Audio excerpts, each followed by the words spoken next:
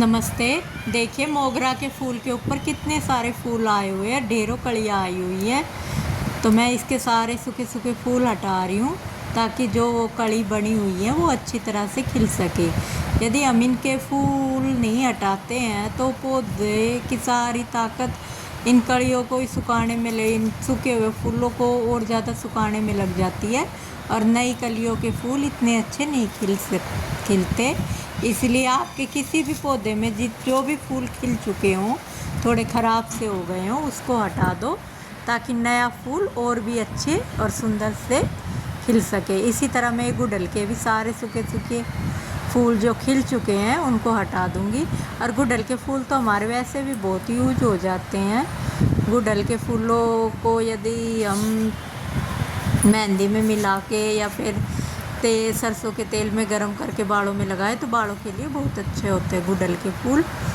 तो अब बारिश का दिन है, बारिश के दिनों में तो वैसे ही हमारे पेड़ पौधे इतने हरे भरे होते, इतने सुंदर लगते हैं। और बारिश के दिनों में हमारे पास टाइम भी नहीं होता ज़रा सा भी वेस्ट करने के लिए, क्योंकि बारिश के दिनों में हम जितना भी अपने पेड़ पौधों के साथ काम कर सकते हैं हमको कर लेना चाहिए, क्योंकि गर्मियों में तो हम उनके साथ ज़्यादा छेड़छाड़ नहीं कर सकते। तो अब मैं भी इसीलिए बारिश का मौसम था तो मैंने सोचा चलो कुछ पौधे लगा लेते हैं। तो मैंने अपने गमलों में से ही निकाले बहुत सारे पौधे। देखिए कौन कौन से पौधे निकाले हैं, दिखाऊंगी मैं आपको। ये गमले ऐसे ही पड़े हुए थे, इनमें सूखे सूखे से पौधे थे, मैंने सारे सूखे हुए पौधे हटा दिए। ये देखो सारे गमले साफ़ कर लिए हैं और ये अभी इनमें सूखी सूखी घास पौधे थे वो हटा दिए हैं। अब मैं दिखाती हूँ आपको मैंने कौन कौन से पौधे निकाले हैं, कौन कौन से मैं पौधे लगाती हूँ। तो सबसे पहले तो ये एग्लोनिमा का एक पौधा था, तो उसमें से मैंने 2-3 डंडियाँ निकाल ली हैं। इनके हम अलग अलग गमले बनाएंगे क्योंकि बारिश के दिनों में ये बिल्कुल भर जाएंगे फिर दोबारा, और हमारे नए नए गमले तैयार हो जाएंगे। और वैसे भी ये बहुत कॉस्टली पौधा है, यदि हम नर्सरी से लेने जाएं इसको तो ये हमको 200-250 रुपये में एक पौधा मिलता है। तो और इसको ये बहुत आसानी से भी ग्रो हो जाता है, इसके आप ढेरों पौधे बना सकते हैं बारिश के टाइम में।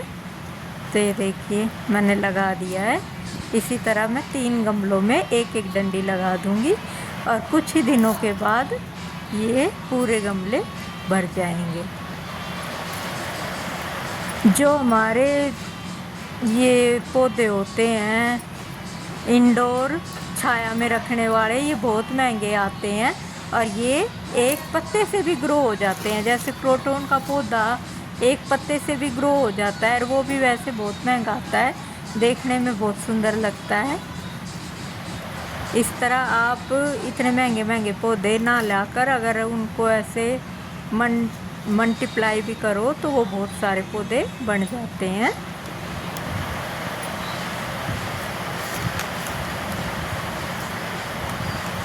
तो ये देखिए मैंने लगा दिए हैं। उसके बाद मैं लगाऊंगी कुछ सदाबहार के पौधे।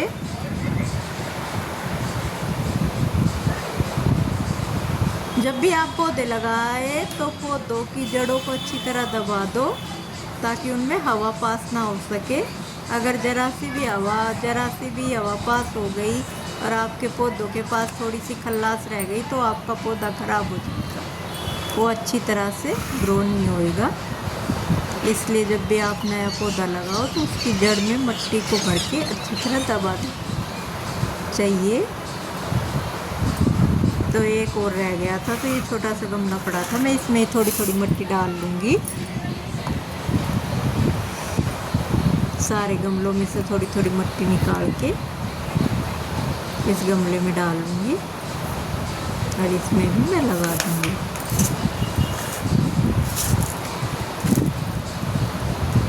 बारिश के दिनों में हमको बिल्कुल भी, जो भी गार्डनर हैं उनको बिल्कुल भी टाइम ख़राब नहीं करना चाहिए।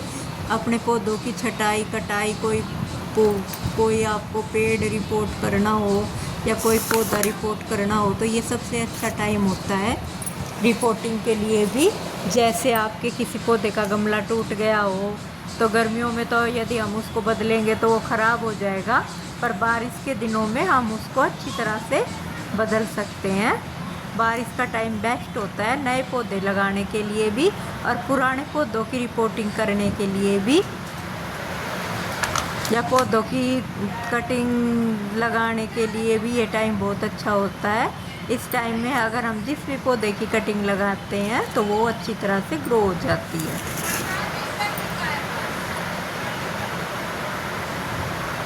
तो ये एग्लोनिमा के तो अब मैंने लगा दिए हैं और अब मैं लगा देती हूँ कुछ सदाबहार के पौधे, क्योंकि सदाबहार के पौधे मेरे गमलों में बहुत सारे उगे हुए हैं।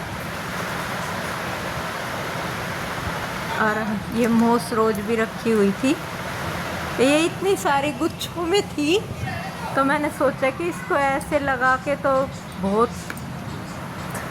गमलों में मेरे ऐसे ही लगी हुई थी तो मैं इसको अब अलग ही तरह से लगा रही हूँ।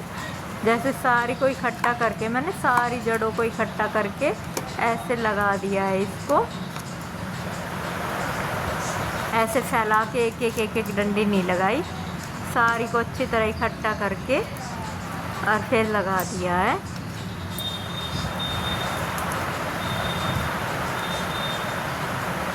अच्छी तरह हम इसकी जड़ों को दबा देंगे और फिर मैंने इनकी जैसे रस्सी गूंथते हैं इस तरह 3,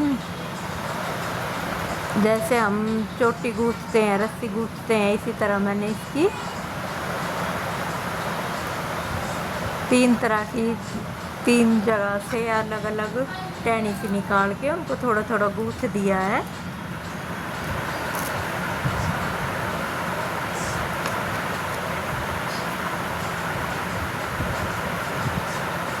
देखिए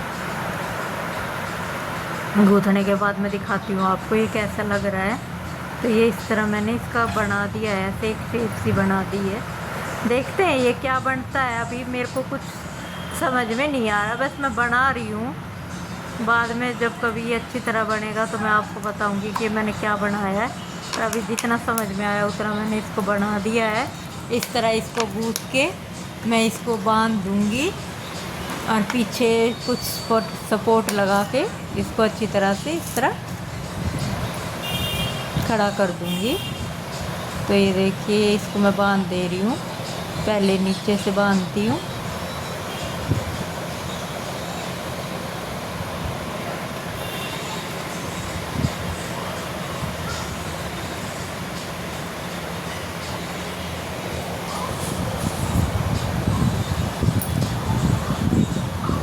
ऐसे धीरे धीरे से बिल्कुल ढीले ढीले हाथों से हम बांध देंगे, ज़्यादा टाइट नहीं बांधेंगे, बिल्कुल ढीला ढीला सा बांधेंगे जो कि इसको थोड़ी सी शेप सी मिल जाए। और इसकी जो ये डंडियाँ हैं ये ज़्यादा मुसे भी ना, अगर हम ज़्यादा टाइट बांध देंगे तो उनमें से हवा ऐसे रुक जाएगी, उनकी ग्रोथ, उनकी अच्छी तरह ग्रोथ नहीं होएगी। तो ये देखिए मैंने बांध दिया है, अब मैं इसको थोड़ा ऊपर से भी बांध दूँगी। देखते हैं इसका क्या बनता है, क्या बन सकता है। अभी तो कुछ समझ में नहीं आ रहा, अभी तो बस इस तरह से भी मैंने बांध दिया।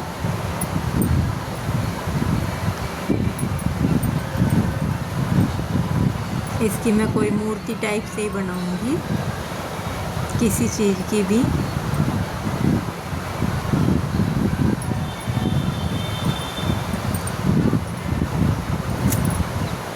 तो आप अपने पौधों के साथ अलग अलग डिजाइन अपने गमले में ही बना सकते हैं।